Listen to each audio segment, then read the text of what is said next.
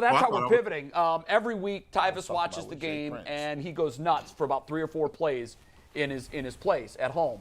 And he said, I can't wait until I get that iPad in my hand because I'm going to show exactly what happened on this play. What was the breakdown? Where did things go wrong? Who screwed up? Coach Tyvis, the podium is yours. Now, what play is this? This play is the touchdown play. Which one? Tyvis has got a message for you first. First one, yes. Nobody can guard Chase. You know what? We saw that because I did not think Denzel was bad.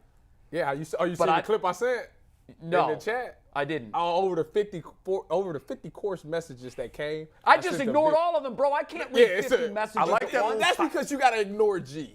When I see 50 messages, I just make sure that no one died. I go down to the very last one and make sure that no one's dead, and then I there it is. Okay, here we go. By the way, I like that little box you put up there, Steve, with Tyvis in that little box. All right, so here we go. So this play right here, this is one of the rare cases that all of the Cleveland Browns, Joe Woods that dislike him for not blitzing, this play, he blitzes. So check this out. We got a nickel blitz. We got G New coming off the edge right there. So we call these a fire zone. So to teach you a fire zone, anytime it's a fire zone, corners is pretty much manned up on their receiver, right? Pretty much, okay? So you got this guy who's a hot to 3, this linebacker's a hot to 3. Hot to 3, the best way I can explain it to you, it comes off as man, but you are supposed to relate to number 3. You got this safety who has to come down and replace. He is now the hot to 2 guy. So he's relating to number 2, meaning it's man, but if say these two crisscross, like say this guy and this guy crisscross, he would take 3, he would take 2. Let me ask a question before you go any further. Why is Denzel in bump on Chase, but there's such a cushion at the top? I was thinking the exact same thing. Like against a random dude, Trenton Irwin or Okay, so the reason being is because if you look at this guy right here, I think that's Irwin. He's off the ball. Yeah. You can't really press a guy that's off the ball. No, but you can still get up. You can get up there. But why give him 8 yards? But why, that is a big cushion. Why? Hold on, let me clear this. Why would you press in a slight bunch formation? I don't know. I want you to tell me why we wouldn't. You wouldn't because you get picked off. Like if he goes up here, say he was right there and he pressed, and this guy went like that. I see what you're saying. You would get picked off. Oh, I see. Okay, So back up. A rub. Basically. Okay. Not to mention, let's be honest, we're thinking Trenton Irwin can't run past him because he's white. I mean, that's what we're thinking. So in these situations, when you see corners play off and it's like this, it's not necessarily because they're scared of the speed. It's because they don't want to get picked off. And all right. I never thought about that. That's good. He's off a little bit because he wants to disguise what it is that he's in. Like, say, for instance, if they came up there, they'd be like, well, this could be cover what? This could be cover 3. This could be cover 1. This could be man. It could be anything.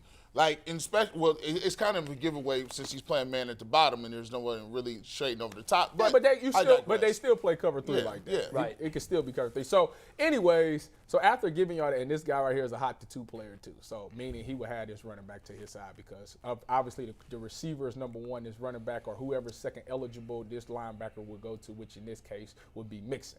This guy is the post safety. So, this play right here happens. Jamar Chase runs, the little skinny post. The reason that this play happens is because you remember we was just talking about, I think it was last week, we was talking about Ed Reed was saying that he would be on this side and when he goes to the middle. Bait the guy. As a quarterback, you always look at the safety. Once you see the safety come down, you always go backside of where this guy's coming. So if he's running from this side, you throw it to this side. If he's on this side coming to the middle, you throw it to that side because it's so hard for a safety to run to the middle, flip his hips, and come back and break back. There's just too much space to cover. Right. So when we get to the end zone, J3 actually does a great job. Okay, he does a great job of getting back, but the ball is put in a great window. That's the ball right there. It's literally between 2 defenders. I don't even think Chase knew it was coming. He did it. No, he literally looked up and it was right there and he caught it. So that right there is all chemistry. It was a great, the coverage is great. Obviously, that's a great window. It's just the guy made a great play. It's a quarterback and a receiver making a great play. It looks impossible that he would be able to catch that ball right here. When the ball is in your little circle, that's 20 yards away from the end zone. Yeah, and it looks like they're both on top of him. Yeah, so that what happened on that play right there.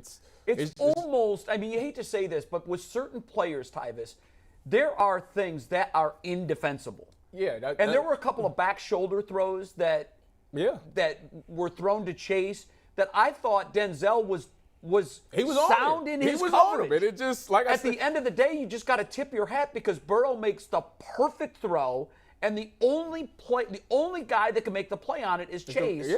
And he runs such great routes. You're learning why corner is the hardest position. It is without. I've always thought that. I mean, you're chasing a ghost. All right. So the next play is this. The next play, they get this play where he's gonna run this deep comeback. This guy's gonna run an over route right here. So the key to this is this. Y'all say, well, we need to find a way to get Denzel some help. So if they're in cover 3, obviously we know the cover 3. Buzz player, hook, buzzer, he's in man. But in this scenario, they're calling seam alert because if these both go seams, he's going to take the outside seam, he's going to take the inside seam. This safety's obviously going to lean to this guy. So with that being said, when you get this route concept right here and this guy goes over, this guy right here, I think this is A.J. Green. He actually supposed to be buzzing, and he's supposed to be the guy that gets under this. So Denzel Denzel did have help on that He's play. supposed to.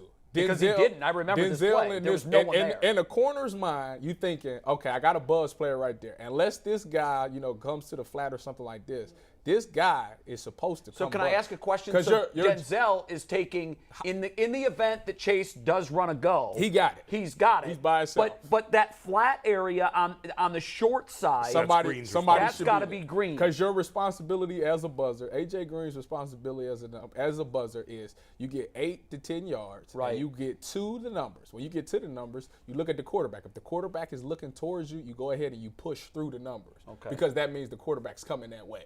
So that's what he's supposed to do. He got caught up in the play action and all that. Make a long story short, it turned into a one-on-one route concept. Right. If you're playing corner and you're playing cover 3, you're thinking, I got a hook player right there. I got a buzzer up under me. So I got a safety that's in the post. So the only thing that really is a problem should be the deep ball. Right. So that's the quote unquote that's the help that you're supposed to get as a corner. However, in this case, when you look at no one there on that play. There's absolutely nobody. I remember it. Absolutely nobody there. So that's why this play happened. So that's on green. Yeah, you got to have a buzzer. Can we bring this one up, or? No. Yeah. No. Where is green? I have no idea. So, is that him on the far right edge of the screen? I think this is the linebacker, to be honest. But I mean, even in the middle of the screen on the far right edge. No, down. All the way on the far right edge. Oh, right here. See, there seems to be a player. Yeah, right here. Yeah, right there. I wonder if that's green. Ty, he's 15 yards from where he needs to be. So let me give you an example once again. Now I got a good enough memory to remember against the Buffalo Bills. It was A.J. Green who what? Yeah. That was him again. Hold on, we were complaining about A.J. Green last time. When Diggs was open in the end zone. That was they need was to his upgrade fault. from him. Well, no. So let me be fair. Accountability. Yeah. He shouldn't be playing. Why is Greedy Williams a healthy scratch? Okay, so is he that bad? If we're gonna be fair on this, okay? I said as a buzzer, your job is to be 8 to 10 yards to and through the number. The ball starts on the 35-yard line. That means at deep he should be at the 25. He was there. Let's see where he ended up at. This ball was caught. So he would have been here. So it still would have been deep. But you would think that he could still make that play. He at least put some air. He at least put some air on the ball. At least something. This is but he should at least at worst be standing right here. And I don't know where he's at. You can't. You can't. And first of all, you a corner. You ain't no safety. You playing pass anyway. By the way, how many? Where you caught up in pass? Where you get caught up in play action? Play action. How many corners are on the field on that play? A bunch. So they was in nickel. So it's five DBs. You got 2 corners, a nickel, and 2 safeties. There was another play, Ty, where we got caught peeking big time. If you have Emerson, Ward, and Newsome, why is A.J. That's a Green good even question. on the field? I don't know. Hey guys, hold on. We got a little bit of breaking news? news real quick. DeQuell's watching. He wants in on the segment. He's going to send us a linebacker breakdown video for next week. Same way Coach Tyvis does. Oh, really? We're going to add Coach DeQuell to our coaching roster. That's great. We have special Nice. coordinator Tyvis Powell. We have defensive coordinator DeQuell Okay. Jackson. I'm obviously the head coach. I like coach that. And we're going to just continue to add anyone who wants to send in breakdown videos. We will add you to the rotation. With DeQuell on record, confirmed. There's the text if y'all can see it. Well, G's got to do the defensive line. D-line. I'll tell you what. I look like a 1 foot short offensive lineman, so I can do offensive line. Hey, that's a very good question. My thing is, in that personnel grouping, they had 2 tight ends, or I would have probably been in base. I wouldn't have been in nickel. They had 2 tight ends. Yeah, they did have 2 tight ends. I wouldn't. They might have just get caught with yeah, the they wrong probably package. got caught with that. Yeah. And that happens. It does. You It does. just have That to play. It's just, it's hard. I mean, those plays, there's nothing egregious there. But that just goes to show you the small room for error when you want to be a top-notch team. That's a great point. There's 70 snaps, 60 snaps, whatever there is in a game. It's I had football explained to me this way once. I can't remember who it was. It was a long, long time ago. And I've used the analogy a little bit on the show. I always say it's a collection of doing little things. Yeah. But it was explained to me this way. You get a penny for every time you win a play. That's how you win the football game. Mm-hmm. The team at the end with the most pennies wins the game. Yeah. And the reason that it was put to me that way is because it's little things. Pennies aren't, you can throw 1 touchdown bomb 80 yards, that's a dollar bill. Right.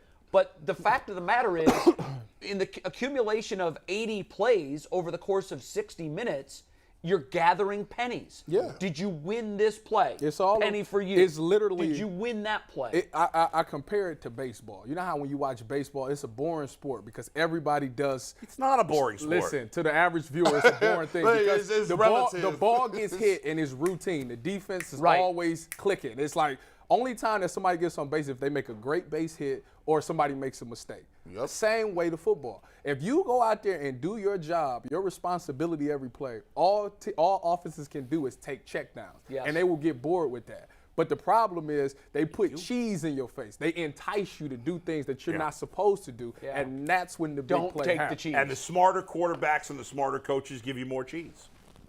And they know when to take it, and they know when you're going to take it. Because it's well, think about the flea flicker play. The reason they were able to get that play is because early in the game they did the same thing. You have and they said the safety was coming up, and so they knew that the safety would bite on the run, and he'd be way over. Wide open. And that is the difference between someone who actually schemed something open and somebody who just created something and said, you know what? I think they're going to be out of whack when Jacoby comes into the game. No, they're not. You could have ran the same exact. Do you think Deshaun Watson has never snuck the ball? Right. You could have ran the. Never. I think he's never done it. And here's the thing, too.